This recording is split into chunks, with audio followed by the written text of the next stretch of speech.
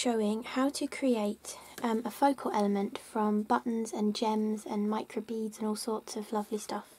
I did this card, must have been over a year now, and I decided to do the focal element in the shape of the Isle of Wight, and then I just put on Happy Isle of Wight Day because that was the year I discovered that there is an Isle of Wight Day. I can't remember what day it is now, but anyway. So this has been sitting on my shelf, so it's a little bit dusty, and it did warp a little bit, as you can see, but I thought I would show how I create a focal element like this. I've done a Christmas tree as well. That was like not last Christmas, the Christmas before, I think, so that was quite a long time ago, but yeah, so I thought I would show a pink version, and my idea is going to be, these are the new fancy nesting circles from Christina Griffiths in the Card Making Magic range, exclusive to Crafti. And this one fits lovely on an A2 sized card. So this is my double stitched A2 rectangle from my Crafty Potential Fleur de Lis die set. So I'm going to take that one down, and then I'm thinking if I die cut the window using this slightly smaller circle that you get in the set, and then this piece, the buttons will show through, so I will layer this, I will raise this up around the buttons, I think, and then from another piece of card, once all of the buttons, all the glue around the buttons and everything has dried, I will cut out these two together, and with using another circle die in the centre, so I've got an intricate sort of frame going around it, and then that stitched edge will make it look really nice too. So I think I'm going to do that. So all I need for now is this aperture, so I'm going to die cut that.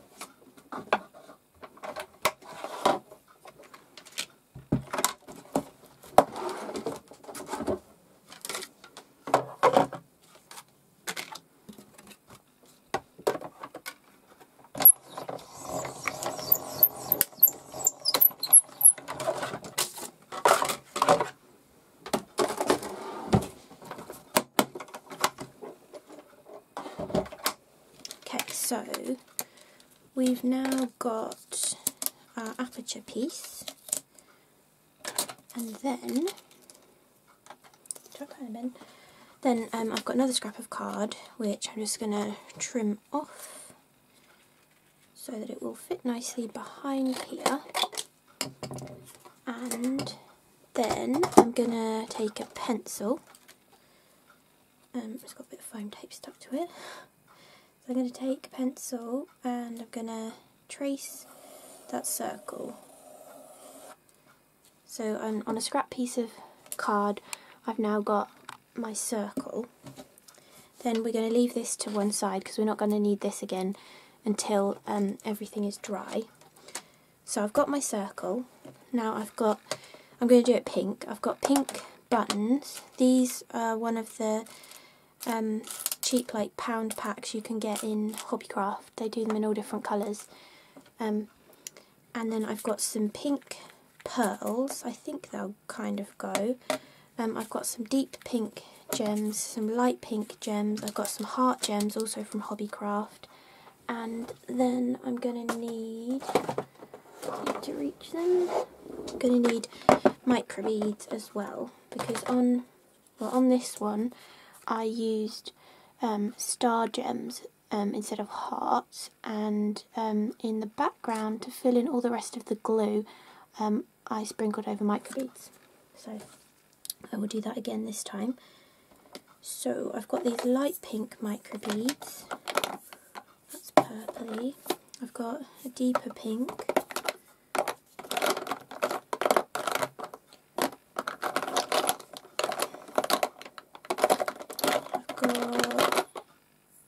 That's more of a purple.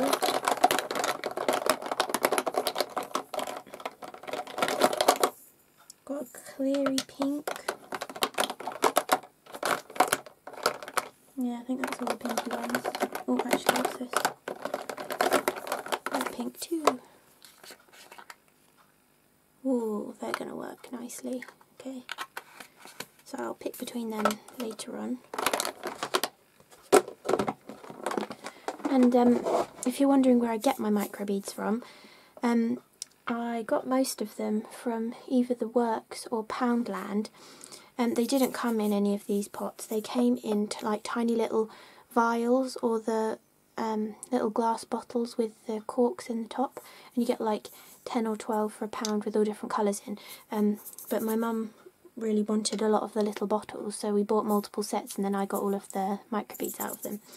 And then I did also get even more off of Amazon. I think it was about the same price really, but I got multiples so that I had lots of the same colours, because sometimes in Poundland and the Works they kind of changed what colours were in the set. So anyway, okay, so I'm going to open these gems as well.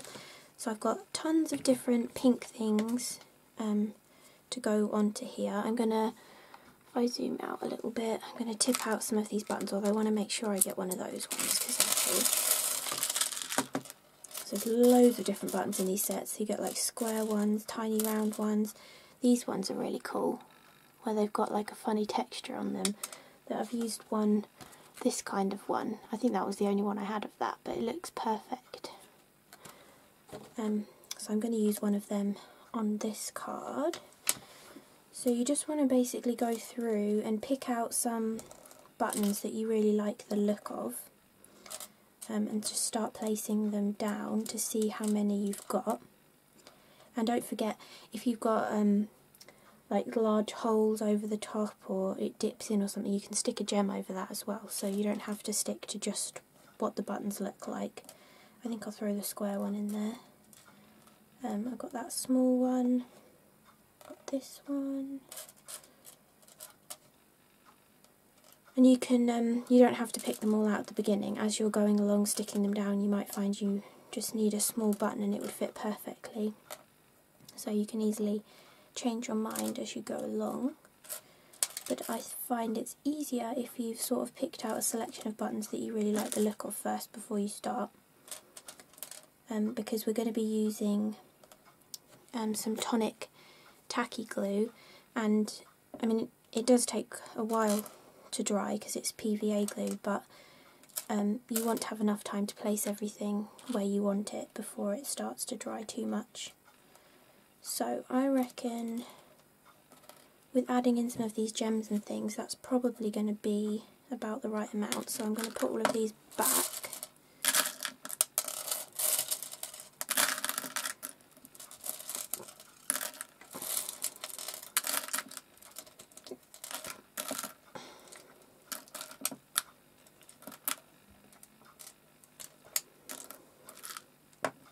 Okay, and then I'm going to take out a few of each of these sizes of gems, I think, so that I don't get gluey fingers in them as we go along. These tiny little gems will be really useful for filling in any really tiny gaps, and it's quite nice to mix lighter and darker colours together as well. You could even add white gems in if you wanted to. You don't have to stick to all one colour. You could do it in like a stripy pattern or something if you wanted. I think these are more peachy. They might go. Maybe I'll just use some of these. They're kind of like a really light pink pearl. Yep, they'll go. So I'll just have a few of these.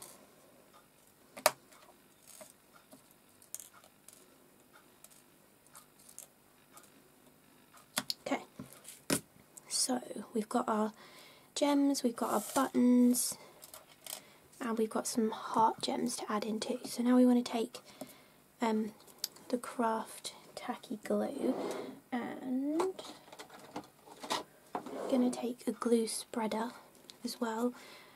These bottles of glue are a bit difficult to squeeze because they have a nice fine nozzle, but we want quite a lot of glue, so I'm just going to take the top off of it and squeeze some out.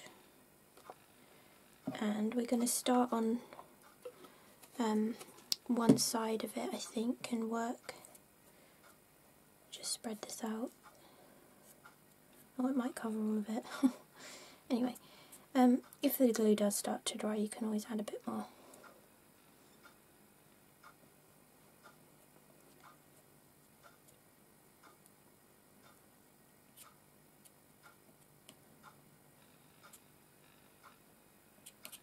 Okay, so now I want to start with some of the bigger buttons, making sure that you don't leave too big a spaces between, although in any of the little spaces you can always, oh it went up the wrong way, you can always drop in some of the smaller gems and things.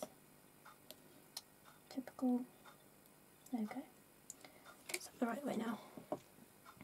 Yeah, so as you go along you can just try and plug all the little gaps between the buttons with some of the gems, and then it doesn't matter if there's any gaps left at the end because we will just add microbeads all over.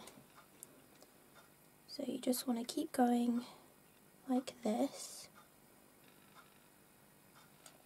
just placing everything in, adding in a few gems here and there. Oh, stop going upside down. Move buttons closer, add in another gem.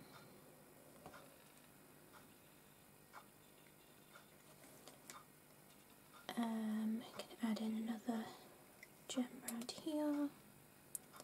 Whoops.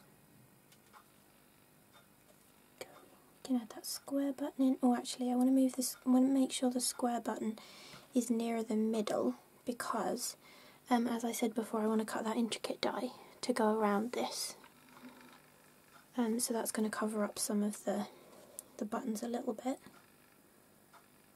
I'm going to add in some more pearls. Ooh, gluey. Okay, let's add in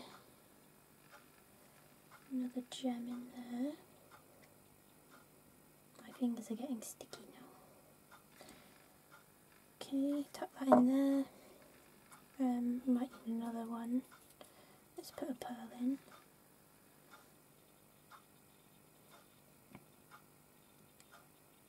And then with that button there, let's add in a heart. That's nice. A lighter heart as well. You see, we can even stick hearts on top of buttons, so I'm going to use some extra glue. Stick a heart right in the centre of that button.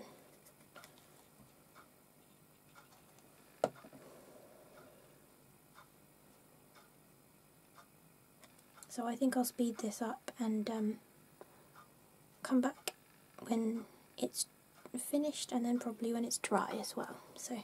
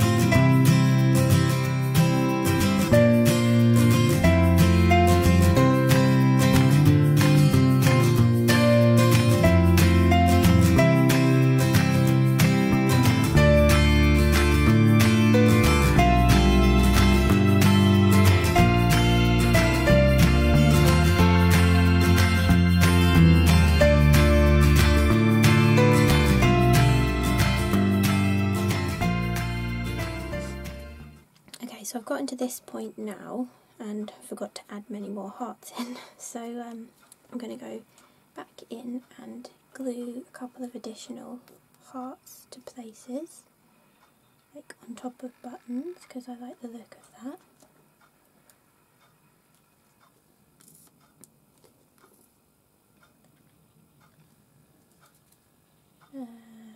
Another dark one. Maybe this button. then one more light one, I think. And that will go just there. Okay, so now the next step is to add the microbeads to fill in all the rest of the gluey areas. Now in some places you might want to add a smidge of extra glue just to make sure that they're gonna have enough glue there to be able to fill in the gaps. Okay, I think that looks good. Now we need a container, so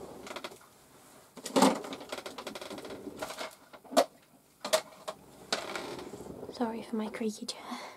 Okay, so I've got a container, and I'll make sure it's really clean first.